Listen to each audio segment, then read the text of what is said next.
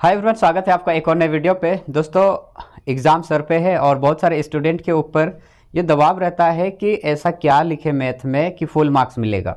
तो full marks लेना हर student का हर एक क्वेश्चन में से जो है रहता ही है। तो समझेंगे आज की इस वीडियो में कि फुल मार्क्स ऐसा क्या लिखेंगे मैथ में कि फुल मार्क्स मिलेगा। पूरे कॉन्फिडेंस होकर लिखना है। तो मैं अक्सर स्टूडेंट को बोलता हूँ 4 चीज़ें लिखो, आपको फुल मार्क्स मिलेगा ही मिलेगा, कोई रोक नहीं सकता है। वो 4 चीज़ें क्या है? तो सबसे पहले ध्यान देना कि जो क्वेश्चन दिया हुआ रहेगा उस क्वेश्चन में से क्या दिया है, क्या दिया है आपको ये बताना होगा। क्या दिया है जो गिवन है ना, वो आपको बताना होगा क्या दिया हुआ है। देखिए, आपको एग्ज़ाम के उस क्वेश्चन का में फुल मार्क्स तभी मिलेगा, आपको स्टेप का मिलता है, आंसर से कोई लेना देना नहीं है, आपको स्टेप का मिलेगा। तो स्टेप आपको जरूर लिखना है। मैं बताऊंगा किस तरीके से नंबर मिलता है। क्या दिया है ये लिखना होगा। फिर आपको दूसरा में बताना होगा कि क्या निकालना है, आपको क्या निकालना है ये भी थोड़ा ध्यान देना होगा। तीसरा में आपको उसको सॉल्व करना है, हल करना है बाय द हेल्प ऑफ किसका, तो हम फॉर्मूला का मदद से, फॉर्मूला का मदद से आपको सॉल्व करना है, बताना है। और चौथा में हम लिखते नहीं है अतः करके, सो या हेंस, इस तरीके से लिखता था हमारे पास इतना आंसर आया बोल के। ये 4 चीज़ें आप लिखो, आपका नंबर 1 मार्क्स का, आधा मार्क्स भी नहीं कटने वाला है। आपको ये 4 चीज़ें, हाँ अगर आपको अगर प्रूफ करने वाला कुछ क्वेश्चन मिल जाएगा तो थोड़ा सा पैटर्न उसका अलग हो सकता है, लेकिन आपको अगर जिस तरीके का क्वेश्चन आपको मिल रहा है उस तरीके का क्वेश्चन को अगर बनाना है तो आप जो है इससे इस तरीके से लिखो, आपको फुल मार्क्स मिलेगा।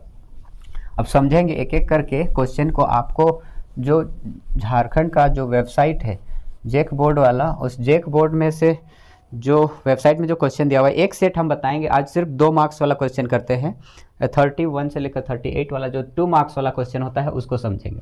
इस क्वेश्चन दिया हुआ है कि संख्याओं 6 और 20 के अभाज्य गुणनखंड विधि से HCF और LCM ज्ञात करो। सबसे पहले तो क्वेश्चन को अच्छा से समझो आप, क्वेश्चन में क्या दिया हुआ है, क्या निकालना है ये पता लगाओ उसमें से।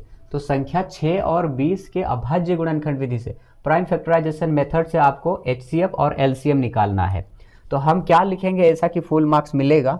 चलिए शुरू करते हैं। सबसे पहले इसका उत्तर लिखते हैं।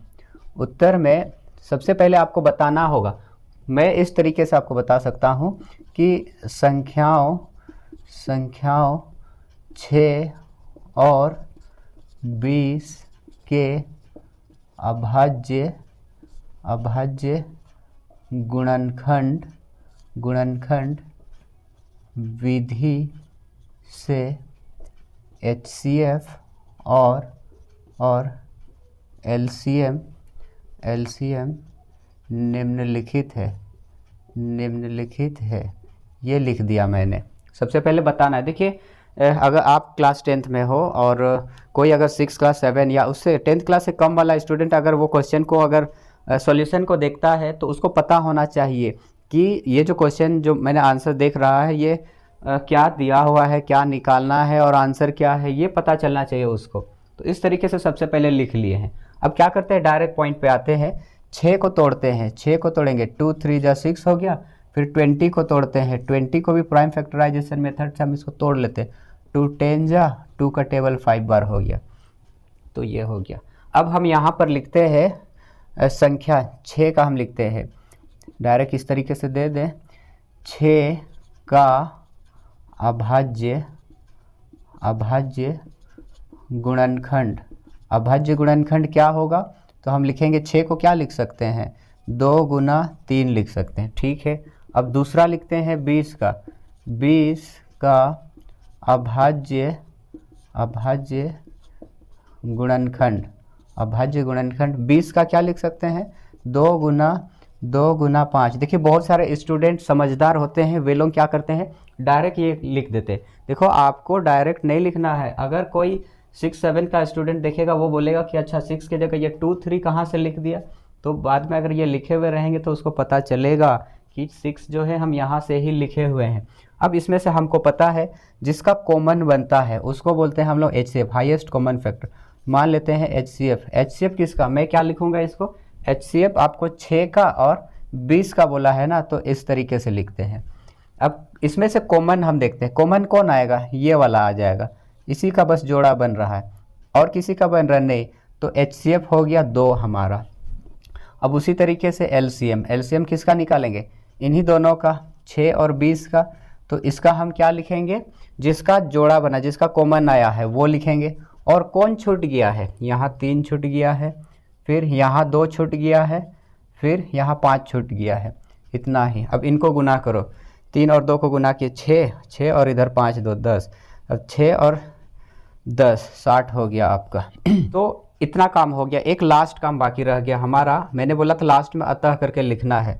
तो यहाँ पर हम लिखेंगे अतः, हमारा जो आंसर आया वो अतः 6 और 20 का HCF बोला था, 20 का HCF कितना है, HCF 2 एवं LCM कितना आया, 60 है।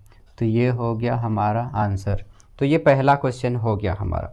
दूसरा क्वेश्चन ट्राई करते हैं। क्वेश्चन है कि द्विघात बहुपद x² - 7x + 12 के शून्य ज्ञात करो।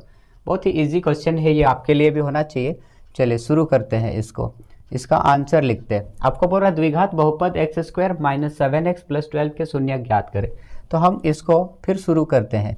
हम लिख रहे हैं द्विघात बहुपद x² - 7x + 12 के शून्यक निम्न है, इतना लिख लेते हैं। अब इसको हम क्या करते हैं, तोड़ते हैं। x² - 7x + 12 शून्यक बोला है तो हम 0 बैठाते हैं। अब इसको सॉल्व करते हैं। यहाँ पर जो 12 है ना, इसको हम प्राइम फैक्टराइजेशन मेथड के द्वारा हम लिख सकते हैं 2 6 जा 2 3 जा। क्या लिख सकते हैं 7 के लिए को दिखा, 4 और 3 को हम कर सकते हैं। तो गंदा नहीं करेंगे, डायरेक्ट लिखेंगे x², हमको -7x लाना है तो यहाँ 4 और 3 से ही काम चलेगा। तो 4x - 3x माइनस प्लस हो जाएगा, +12 = 0 हुआ। फिर सॉल्व करते, देखिए कभी भी अगर इक्वल मिला है, इक्वल से पहले इस तरीके का आपको सिंबल देना है। थोड़ा सा लंबा होगा, होने दीजिए। x² - 4x, इन दोनों को बंद किए, यहाँ माइनस को बाहर ले लिए तो यहाँ 3x, याद रखना यहाँ माइनस है, ब्रैकेट के अंदर जो साइन है आपको यहाँ भी मिल जाएगा। तो माइनस, यहाँ माइनस प्लस हो जाएगा। फिर यहाँ पर हम 12 लेंगे, कि माइनस को ही बस कॉमन लिए हैं, आपको आता है। यहाँ से x कॉमन आ जाएगा तो x - 4 हो गया। यहाँ से 3 कॉमन आएगा तो x - 4 हो गया, = 0 लिखना है। फिर अब x - 4 को कॉमन लेते हैं, यहाँ भी x - 4 है तो यहाँ बच गया x - 3 हो गया, यहाँ पर = 0 हो गया। अब दो को कोई नंबर को मल्टीप्लाई कर रहे हैं और 0 आ रहा है, इसका मतलब अगर पहले वाले को हम लिख रहे हैं, इतना लिखने के बाद ना अब क्या करना, बीचों बीच में एक लकीर कर देना और क्या करना, x - 4 = 0 और एक बार x - 3 = 0। सही इसीलिए कर रहे हैं क्योंकि ये दोनों आपस में मल्टीप्लाई है। अगर इसको हम उधर भगा रहे हैं तो इसके नीचे आ जाएगा। अब 0 बट्टा करेंगे तो 0 ही आएगा। तो हमारा x का वैल्यू क्या आएगा इसमें, x = -4 को उधर भगा दिए, साइन चेंज होगा, +4 हो जाएगा। ठीक है, अब यहाँ पर x = क्या, -3 को उधर भगा दिए, +3 हो गया। तो ये हो गया हमारा आंसर। इतना लिखने के बाद आपको एक और चीज़ करना है, मैंने बोला था लास्ट में अतः करके आपको लिखना ही होगा।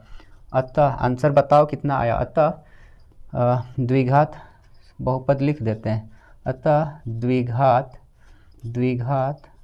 बहुपद x² - 7x + 12 के शून्यक बोला है ना, शून्यक कौन कौन हुआ, एक 4 एवं कौन है 3 है। यही हो गया हमारा आंसर। अगर कोई टीचर है आपको नंबर इसमें मिलता तो क्या कहाँ कहाँ पर लिखता, सबसे पहले तो ये लाइन लिख रहे हैं, इस पर आधा नंबर आपको दे देगा। ये आपको सही किए हैं, सही लिखे हुए हैं। थोड़ा सा लंबा बना हुआ है आपका, यहाँ पर 2 मार्क्स वाला सवाल है। ये आपको पूरा का पूरा लाने तक का जो वैल्यू है इसमें आपको 1 मार्क्स मिलेगा। फिर आपको लास्ट में आपने ये लाइन लिखा कि नहीं, ये लिखे हैं तो आधा मार्क्स मिलेगा इसमें। तो इतना लिखने के बाद 1 और आधा मिल गया तो फिर 2 मार्क्स मिला। चलिए अभी तीसरा क्वेश्चन पर ट्राई करते हैं। क्वेश्चन आपको मिल गया है कि एक स्तंभ के छाया की लंबाई स्तंभ की ऊंचाई की 3 गुनी है। अच्छा फिर एक बार समझते हैं, समझ में थोड़ा सा आया। एक स्तंभ बोल रहा है, एक स्तंभ, एक खंबा है, एक पिलर है, उसकी जो छाया है, छाया की लंबाई स्तंभ के ऊंचाई की 3 गुनी है, मतलब ऊंचाई से ज़्यादा है, बड़ा है बोल रहा है। सूर्य का उन्नयन कोण निकाले बोल रहा है। चलिए बहुत अच्छा। सबसे पहले मैंने बोला था कि आंसर कभी भी आप लिखोगे, मान लेते हैं इसका आंसर लिख रहे हैं, सबसे पहले मैंने बोला कि क्या गिवन है वो लिखो, तो डायरेक्ट लिख लेते पहले, ज़्यादा समझ में नहीं आया लेकिन लिख दे रहे हैं। क्या लिख रहे हैं कि एक स्तंभ के छाया की लंबाई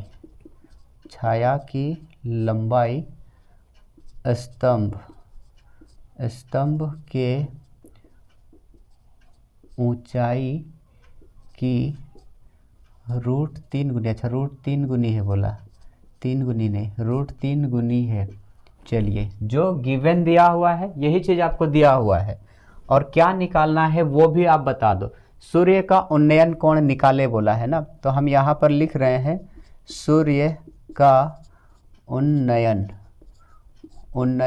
कोण बोला है, तो वो कोण आप बता दो। उन्नयन कोण क्या है?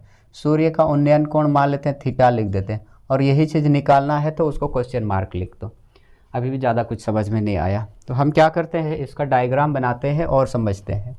हम क्या कर रहे हैं, इसको इस तरीके से डायग्राम बना लेते हैं। देखिए ये आपका स्तंभ है, वो पिलर है, और उसका छाया ज़्यादा बड़ा है, छाया को लंबा बना देते हैं इस तरीके से हुआ।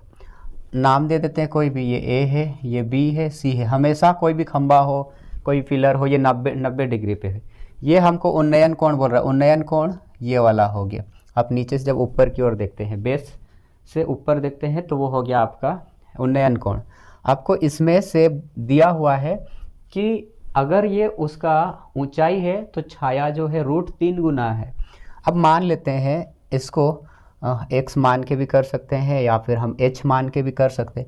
अगर ये हम x मान के करते हैं, चलिए आप कुछ भी मान सकते हो, लेट आपको यहाँ पर ले रहे हैं, मान लेते हैं x है ये, तो उसका उन्नयन कोण कितना, ये वाला उसका छाया कितना हो जाएगा, √3x। आप x लेके भी कर सकते हैं, h लेके भी कर सकते हैं, आपका मन जैसा चाहे आप कर सकते हैं। यहाँ पर हम मान सकते हैं, यहाँ पर हम एक चीज़ लिखेंगे, अब बता दीजिए वहाँ पर कि x कहाँ से आया, तो आप यहाँ पर बता देंगे माना उसकी जो छाया की जो लंबाई है, छाया की ऊंचाई, स्तंभ का ऊंचाई, माना स्तंभ की ऊंचाई, स्तंभ के छाया की लंबाई स्तंभ के ऊंचाई के, ठीक है, स्तंभ का ऊंचाई आप क्या ले रहे हो, स्तंभ का जो ऊंचाई है वो ऊंचाई आपको चित्र में से क्या दिख रहा है, ऊंचाई है AB, और AB को आप क्या लिए हो, x लिए हो।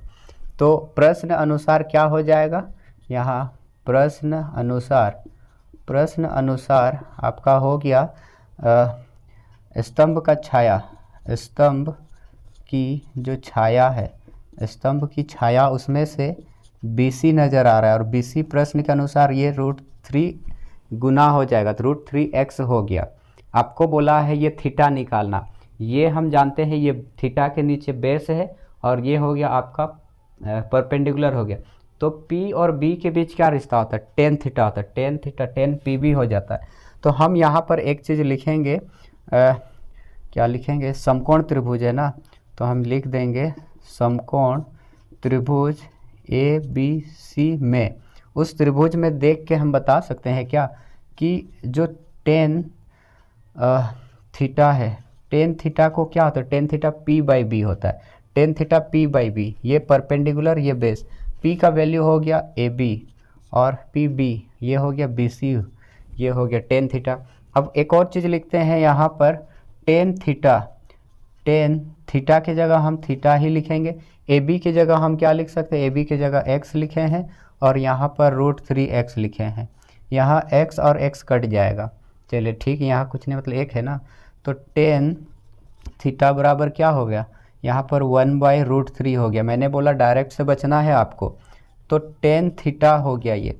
अब 1/√3 किसका वैल्यू होता है, tan कितना का होता है, tan 30 का वैल्यू होता है, तो इसको मैं लिख सकता हूँ क्या 1/√3, ये 10 30 डिग्री का है, तो यहाँ भी 10 यहाँ भी 10, काट मत देना यहाँ पर, बस डायरेक्ट लिख देना थीटा बराबर कितना हो गया, थीटा की जगह यहाँ पर 30 डिग्री है, मिल गया हमारा आंसर।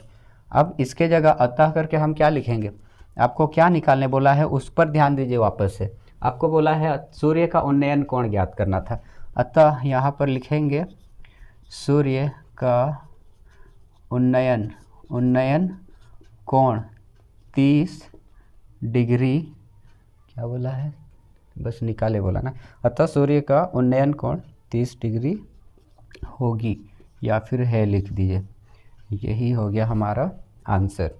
तो ये हमारा तीसरा क्वेश्चन हो गया। चलिए अभी चौथे क्वेश्चन पर ध्यान देते हैं। चौथा क्वेश्चन है कि दिया हुआ है एपी का पहला पद 2 है और उसका जो सार्व अंतर है वो 3 है, तो आठवां पद ज्ञात करें। फिर से पढ़िए, उस एक एपी है, एपी का पहला पद फर्स्ट टर्म 2 हो गया और उसका जो सार्व अंतर है कॉमन डिफरेंस वो 3 है।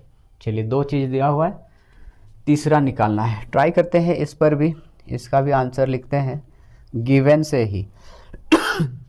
सबसे पहले बोला है एपी का पहला पद, मैं फिर लिखूंगा सबसे पहले ज्ञात है, बड़ी मज़ा आता है इस तरीके से लिखना, ज्ञात है। सबसे पहले क्या दिया हुआ है, एपी का पहला पद ज्ञात है, मैं आप हिंदी इंग्लिश यूज कर सकते हो, यहाँ लिख सकते हैं पहला पद, पहला पद को हम ए बोलते हैं, A1 बोलो या ए बोलो। ये दिया हुआ है 2 और एक नंबर दिया हुआ है 3, वो क्या है, सार्व अंतर, सार्व अंतर दिया हुआ है, सार्व अंतर को डी बोलते हैं और डी का वैल्यू हो गया 3, ठीक है। अब आपको क्या निकालना है, ज्ञात क्या करना है, आठवां पद ज्ञात करना। या तो आप लिख सकते हो ज्ञात करना है बोल के, या फिर आप डायरेक्ट लिख सकते हो आठवां पद, यहाँ पर आठवां, चलिए डायरेक्ट नहीं लिखेंगे, संख्या में लिखेंगे आठवां पद, या फिर आप इसके जगह दूसरा चीज़ लिख सकते हो। अब आठवां पद के जगह आप क्या लिखोगे, यहाँ पर लिख लो, बराबर ही आ रहा है, तो A8 is equal to question mark लिखो, आठवां पद यही चीज़ निकालना है। अब ज्ञात है लिख लिए हैं, क्या निकालना है ये लिख लिए, अब सॉल्व करते हैं by the help of formula. चलिए सबसे पहले आठवां पद, क्या हम इसको इस तरीके से लिख सकते हैं, फिर उल्टा लिख दिए, यहाँ पर A8 इज इक्वल टू, हम लिख सकते हैं A8 is equal to AP वाला फॉर्मूला लगाते हैं हम डायरेक्ट जानते हैं A8 की जगह A + 7D हम लिखते हैं, ये फॉर्मूला ही। A की जगह वैल्यू पुट करेंगे 2, 7 की जगह 7, D की जगह हम वैल्यू पुट किए 3, तो 2 7 3 जा 21, 21 और 2 23 हो गया। ये हमारा आ गया, यहाँ डिब्बा बना के बता देंगे कि A8 का वैल्यू आया है 23। अब वही चीज़ लास्ट वाला लिखेंगे, आपको बोला है आठवां पद क्या है, तो आपको लिखना है फिर से, अतः AP का आठवां पद 23 होगी। ये हो गया आपका आंसर। अब एक टीचर के नज़रिए से मैं बता रहा हूँ, आपको नंबर कहाँ से मिलेगा, 2 मार्क्स का सवाल है, यहाँ से क्या गिवन है ये लिखे, आपको आधा मार्क्स यहाँ मिलना चाहिए। क्या फाइंड आउट करना है ये आपको बताना ही होगा, तब इसमें आधा मार्क्स मिलेगा। आधा नंबर तो उधर ही मिल गया, आपको यहाँ सॉल्व करोगे तो ये आपको आधा मार्क्स देगा, और लास्ट में आंसर बताए कि नहीं तो उस पर आपको आधा मार्क्स मिलेगा। इस तरीके से आपको टोटल 2 मार्क्स मिल गया। बहुत ही छोटा क्वेश्चन था। चलिए 5वां क्वेश्चन है, बोलता है कि 28 सेंटीमीटर त्रिज्या वाले वृत्ताकार तार को मोड़कर एक वर्ग बनाया गया। नहीं समझ में आया जाता, एक बार फिर पढ़ते। 28 सेंटीमीटर त्रिज्या वाले वृत्ताकार तार है, ठीक है, वृत्त के आकार का तार है, 28 सेंटीमीटर उसका रेडियस है, त्रिज्या है। इस वृत्त आकार जो तार है उसको मोड़कर एक वर्ग बना दिया गया, तो उस वर्ग की भुजा की लंबाई ज्ञात करो। चलिए ये भी एक छोटा सा क्वेश्चन मिल गया, इसका उत्तर लिखते हैं, इसका आंसर लिखते हैं। सबसे पहले लिखते हैं जो दिया हुआ है वही लिख दो। आपको क्या दिया हुआ है, 28 सेंटीमीटर त्रिज्या वाले वृत्ताकार तार को मोड़कर एक वर्ग बनाया गया। ठीक है, ये चीज़ दिया हुआ है। देखिए जो 10th क्लास के स्टूडेंट है, आपको ज़्यादा, आप अगर 10th के बाद मैथ साइंस लेके पढ़ रहे हैं, मैथ साइंस लेके पढ़ेंगे तो अच्छी बात है, क्योंकि मैथ आपके साथ रहेगा। लेकिन जो स्टूडेंट मैथ साइंस को छोड़ के दूसरा स्ट्रीम बनाना चाहते हैं, तो कहीं ना कहीं ये जो मैथ है थोड़ा सा छूट जाएगा। तो लास्ट टाइम बहुत कम समय रह गया है आपके लिए, तो उसके बाद मैथ छूट जाएगा बोल के उसको जी जान से पढ़िए। बड़ी ही मज़ेदार है ये, आप समझिए। बोला है 28 सेंटीमीटर त्रिज्या वाले, आप क्या करें, इसका डायग्राम भी बना दो तो बहुत अच्छा होगा। डायरेक्ट नहीं बनाएंगे हम, यहाँ पर क्या करें, एक वृत्त है, बोला एक वृत्ताकार का तार है, ठीक है। इसका रेडियस दिया हुआ है 28 सेंटीमीटर, ये भी समझ गए। इसको आगे चल के बना दिया जाता है एक वर्ग, ये वर्ग बना दिया गया, मान लेते। इसका वर्ग का भुजा निकालना, भुजा की लंबाई ज्ञात करना है, तो ये मान लेते हैं उसका जो भुजा है, वो भुजा को हम भुजा ही लिख रहे हैं। इसका चारों साइड सेम होता है, आपको पता है। हम क्या करेंगे, दोनों का परिमाप दिया हुआ है सेम है बोलता है, क्योंकि बोला है ना वृत्त को ही वर्ग बना दिया गया है, तो इसका परिमाप और उसका परिमाप दोनों सेम है, ये आपको दिया हुआ है। तो यहाँ पर से हम एक चीज़ और लिखेंगे कि वृत्त का जो त्रिज्या है वो 28 सेंटीमीटर दिया हुआ है। तो यहाँ पर लिखेंगे कि जो त्रिज्या है, वो त्रिज्या जो r हम मानते हैं ये 28 सेंटीमीटर है। आपको वर्ग का भुजा की लंबाई ज्ञात करनी, ये गिवन दिया हुआ है। और क्या दिया हुआ है, एक चीज़ दिया हुआ है कि वृत्ताकार तार का परिमाप, हम लिख देते हैं वृत्ताकार तार का परिमाप बराबर, इसका परिमाप बराबर उसका परिमाप, मतलब वर्ग का परिमाप, ये आपको सेम दिया हुआ है, दोनों बराबर है। क्या निकालना है, वर्ग की भुजा, तो हम यहाँ पर लिख देते हैं वर्ग का या वर्ग की भुजा, भुजा बराबर करके क्वेश्चन मार्क। कहाँ से टीचर आपका नंबर काटेगा, जो चीज़ दिया हुआ है वो लिख लिए हैं, क्या निकालना है, क्या फाइंड आउट करना है, ये हमने लिख लिया है। अब इसको हम सॉल्व करते हैं। अब सॉल्व करने से पहले हम यहाँ पर लिख देंगे प्रश्न अनुसार। प्रश्न के अनुसार बताया गया है कि वृत्ताकार तार का परिमाप बराबर वर्ग का परिमाप, तो हम यहाँ पर डायरेक्ट लिख दे रहे हैं, आप चाहो तो उसी को लिख सकते हो। वृत्त का परिमाप, परिमाप बोलो या परिधि बोलो, दोनों सेम है, बराबर वर्ग का परिमाप, ये दोनों सेम है। चलिए ठीक है, वृत्त का परिमाप का फॉर्मूला हो जाता है 2 पाई r हो गया। वर्ग का परिमाप क्या होता है, 4 गुना भुजा हो जाता है वर्ग वाला। वैल्यू के लिए पुट करो, पाई की जगह 22/7, r के जगह हम r ही लिखेंगे, फिर 4 गुना भुजा लिख देंगे हम इसमें। यहाँ पर कट करते हैं, या फिर यहाँ पर सॉरी r नहीं, यहाँ पर r का वैल्यू दिया हुआ है 28, 7 का पहाड़ा 4 बार। इसको थोड़ा सा साफ साफ लिख सकते हैं कि आप देख के समझ सकते हैं। 4 गुना भुजा बराबर इसको लिख सकते हैं 2 गुना 22 गुना 4, थोड़ा साफ साफ लिख दिए। अब फिर इसको लिख सकते हैं भुजा बराबर 2 गुना 22 गुना 4, और इस 4 को उधर ले जाओगे, बराबर के उधर साइड ले जाओगे और नीचे आ जाएगा, 4 और 4 कट गया, तो भुजा बराबर कितना हो गया, दोनों को गुना किए, 2 गुना 22 44 हो गया। आपको क्वेश्चन में सेंटीमीटर वाला है। फिर वही चीज़ लिखो अतः करके, अतः वर्ग का भुजा 44 सेंटीमीटर होगी, यही चीज़ हो गया आपका आंसर। तो आपको इतना ही लिखना है। चलिए अभी 6 नंबर का क्वेश्चन ट्राई करते हैं। 6 नंबर का क्वेश्चन बोलता है कि यदि r 5,6 जो बिंदु है, ये a और b, a का निर्देशांक b का निर्देशांक को मिलाने वाली रेखाखंड AB का मध्य बिंदु है। मतलब r जो है मिड पॉइंट है, दिया हुआ है a और b का। मिड पॉइंट जैसे ही बोले आप इस तरीके से डायग्राम ड्रॉ कर दो, और इसका जो मिड पॉइंट है बिल्कुल बीचों बीच में ये है, बीचों बीच में r है, इधर वाला a है, इधर वाला b है। इनका जो कोऑर्डिनेट है वो लिख दो। a का कोऑर्डिनेट हो गया 6,5 निर्देशांक, r का भी दिया हुआ है, r का हो गया 5,6, ठीक है। b का वैल्यू दिया हुआ, b का निर्देशांक 4, y दिया हुआ है, ये दोनों दिया हुआ है, बीचों बीच वाला है, मतलब a से r तक का डिस्टेंस और b से r तक का जो डिस्टेंस है वो इक्वल है। ये इक्वल मिड पॉइंट वाला हम जो मध्य बिंदु प्रमेय है उसको हम अप्लाई करते हैं तो ये इजीली बन जाएगा। इसका जो उत्तर है वो लिखते हैं। सबसे पहले उसी लाइन को मिला देते हैं, लिख देते हैं कि जो आर है, बिंदु का निर्देशांक भी दे दो 5,6, आर बिंदुओं मैंने बोला है, ये मैं अपने से नहीं लिख रहा हूँ, मतलब ये सारे के सारे जो है सबसे पहले आपको जो गिवन है ना उसको लिखना है, जो दिया हुआ है वो लिखो तो आप बच जाओगे इसमें से।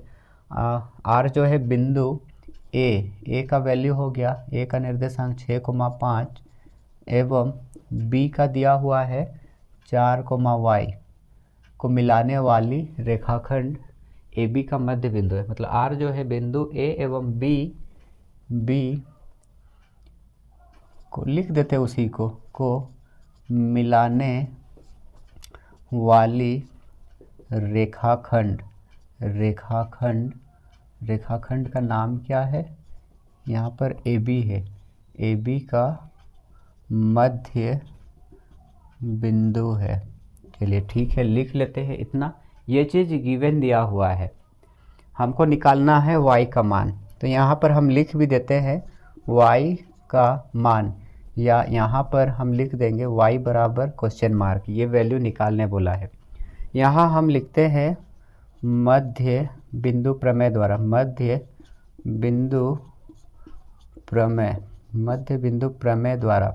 मध्य बिंदु प्रमेय इसका जो फॉर्मूला है वो क्या होता है, उसका जो फॉर्मूला होता है वो हम जानते हैं। अगर हम दूसरा अगर उसका डायग्राम ड्रॉ किए रहते तो x1 प्लस x2/2 हो जाता और y1 प्लस y2/2 हो जाता।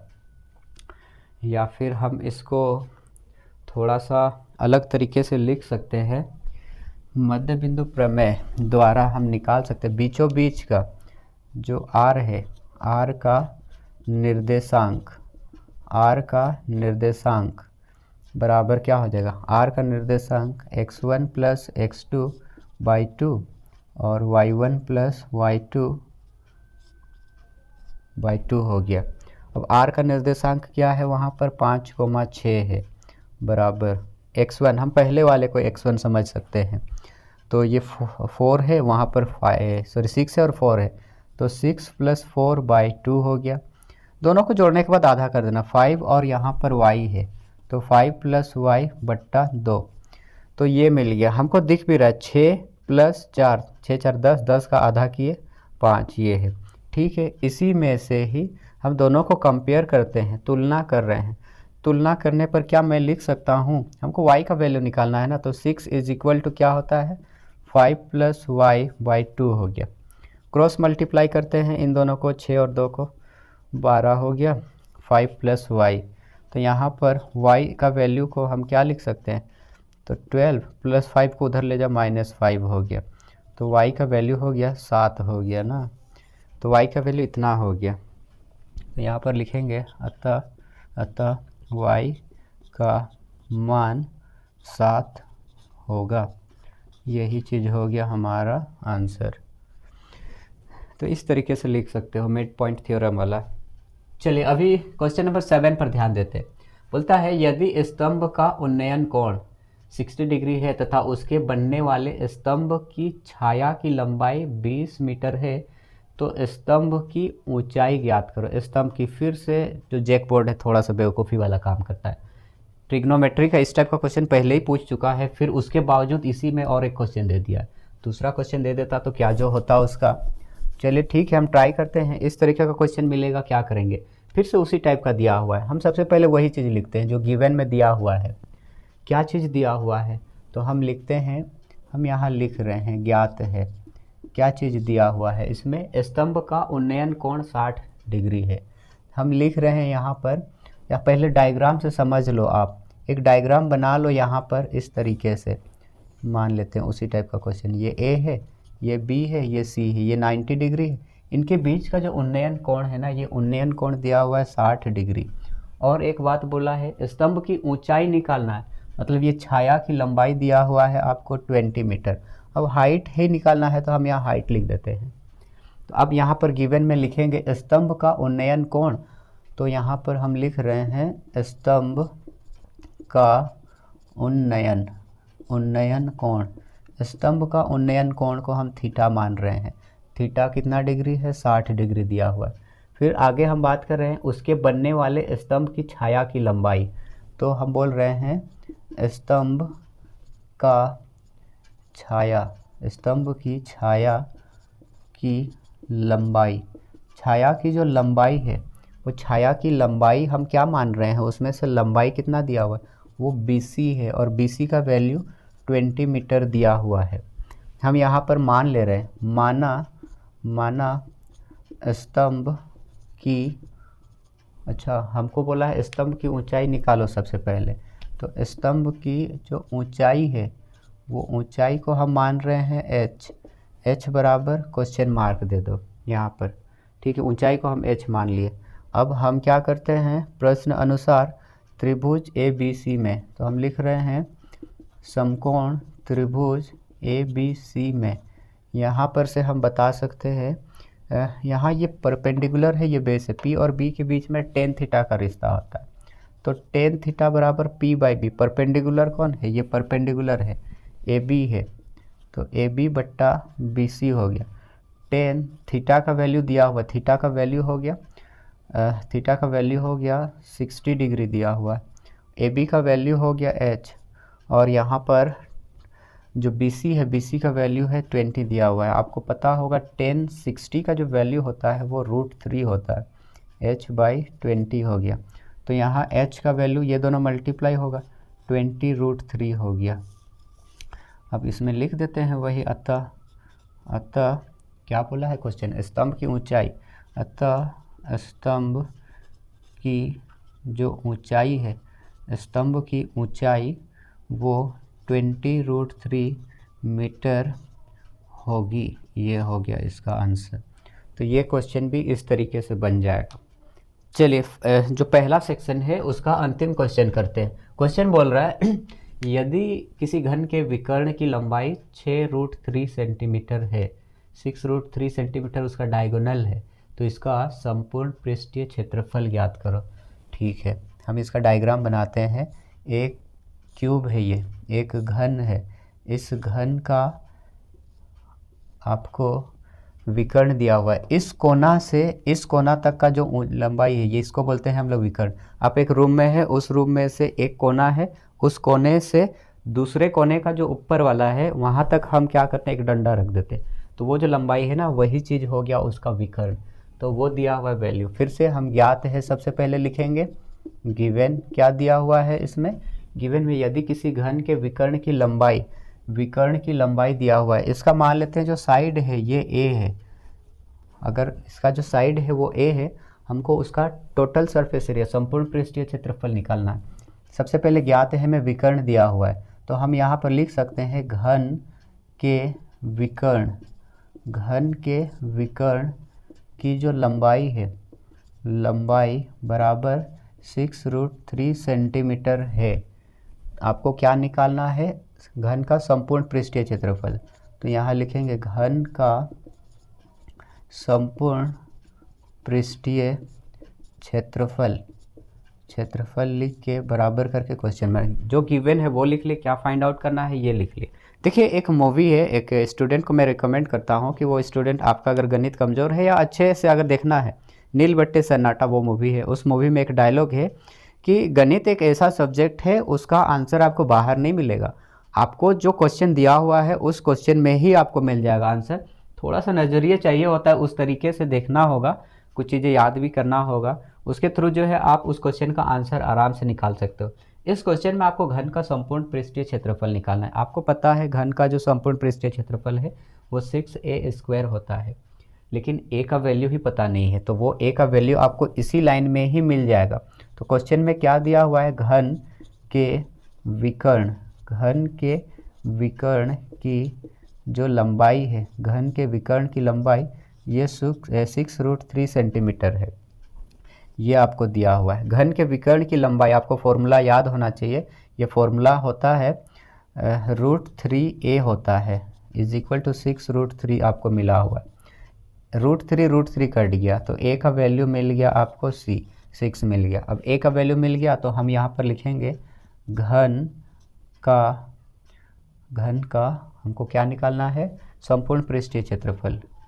घन का संपूर्ण पृष्ठीय क्षेत्रफल, घन का संपूर्ण पृष्ठीय क्षेत्रफल बराबर कितना मिल रहा है आपको, संपूर्ण पृष्ठीय क्षेत्रफल का फॉर्मूला 6a² हो गया। 6 इंटू ए का स्क्वायर 6 का स्क्वायर, तो 6 गुना 6 का स्क्वायर 36, और 36 को 6 के साथ गुना करते हैं तो 216 मिल गया। फिर वही लाइन लिखेंगे, अतः घन का संपूर्ण जो पृष्ठीय क्षेत्रफल है, घन का संपूर्ण पृष्ठीय क्षेत्रफल 216 सेंटीमीटर स्क्वायर होगा। तो यही हो गया आपका आंसर। तो इस तरीके से जो आपका सेट दिया हुआ है उस सेट का जो 8 क्वेश्चन है 2 मार्क्स वाला वो मैंने बोला है, हालांकि आपको इसमें से सिर्फ 7 क्वेश्चन ही बनाना है। तो आपको आंसर से डायरेक्ट आंसर से लेना देना नहीं होता है, टीचर को स्टेप चाहिए होता है। अगर गिवन लिखे हैं तो आधा मार्क्स मिलेगा, क्या फाइंड आउट करना है ये अगर आप बताएं हैं तो ठीक है, फॉर्मूला का मदद से सॉल्व किए हैं तो ठीक है आपको नंबर मिलेगा। यहाँ पर आपको आधा मार्क्स ही देंगे, और लास्ट में वो आंसर लिखे हैं कि नहीं। तो ये 4 चीज़ें जो है आपको बेहतर बना देती है आपका आंसर को।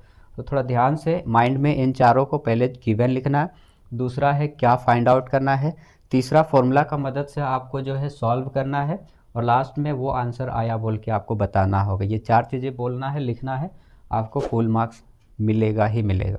चलिए ठीक है, मिलते हैं आगे दूसरे सेक्शन को लेकर। धन्यवाद।